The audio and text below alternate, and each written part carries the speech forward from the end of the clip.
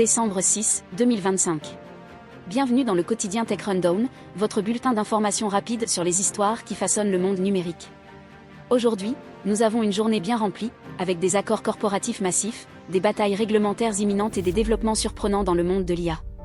Commençons par des actualités hollywoodiennes. Netflix a officiellement conclu l'opération, rachetant Warner Bros. Discovery pour un montant stupéfiant de 5,8 milliards de dollars, sous l'impulsion de Ted Sarandos.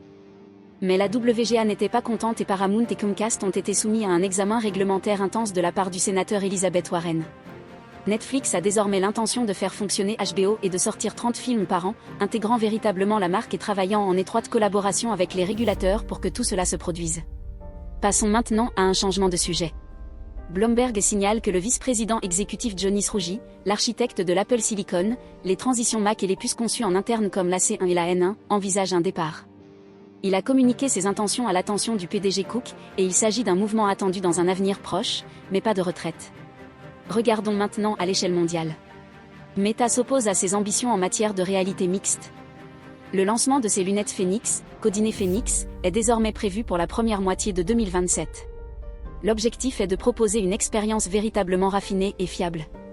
Phoenix devrait avoir un design semblable à celui des lunettes Apple Vision Pro, avec une source d'alimentation externe, et Meta développe également un appareil wearable Malibu 2. Ensuite, un peu de technologie grand public. Fitbit se lance dans le jeu des bagues intelligentes, en lançant une bague avec un prix de vente conseillé de $200. Elle cible un suivi de la santé plus simple, en réponse à la demande croissante des consommateurs, et s'aligne sur l'ADN de Fitbit, longue autonomie de la batterie, vous savez, et reflète le succès des programmes de bien-être d'entreprise et parallèlement à l'adoption des contrôleurs XR de Google, ce qui renforce l'écosystème technologique de Google. En parlant d'écosystème, souvenez-vous de la technologie Auracast ? Lancée en 2023 par le Bluetooth SIG, elle a été adoptée par JBL, Sony, Google et Earphone, en relevant les défis de compatibilité. Samsung l'a intégré dans ses téléviseurs, 2023, et LG prévoit de l'inclure en 2025. La technologie prend en charge les écouteurs, les lieux publics et améliore le partage audio pour la visualisation et les conférences.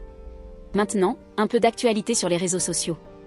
À partir du 10 décembre, Google déconnectera les utilisateurs australiens de moins de 16 ans de YouTube. Cette action bloque les contrôles parentaux et les limitations du temps d'écran, ce qui suscite de nombreux débats sur la responsabilité parentale et les restrictions de contenu algorithmique. La politique du gouvernement australien vise à gérer l'accès des jeunes à l'égard du contenu en ligne, tout en reconnaissant la capacité des adolescents à contourner les contrôles. Célébrons un jalon technologique. Google Play Books célèbre son 15e anniversaire du 5 au 7 décembre, en offrant aux utilisateurs 15x Play points sur les achats de livres. Lancée en 2010, la plateforme compte plus de 10 millions de books et d'audiobooks disponibles dans 75 pays. Google a souligné The Raven Scholar comme meilleur fantasy, Famous World comme meilleur thriller, ainsi que Wind Watchers comme le top livre pour enfants. Et enfin, une histoire préventive dans le monde de l'IA. Au plus tard en juin 2024, Jérémy Carrasco a rassemblé plus de 300 000 abonnés identifiant des vidéos générées par l'IA, en particulier concernant Sora. Son contenu se concentrait sur de la bouilla et des comptes frauduleux utilisant des avatars d'IA et des e-books générés pour imiter les créateurs sur des plateformes comme TikTok et OnlyFans. Cela a entraîné le vol et la manipulation du contenu vidéo. Voilà votre résumé tech pour aujourd'hui. N'oubliez pas de vous abonner et de partager vos réflexions sur les histoires que nous avons couvertes, nous aimerions beaucoup y avoir droit.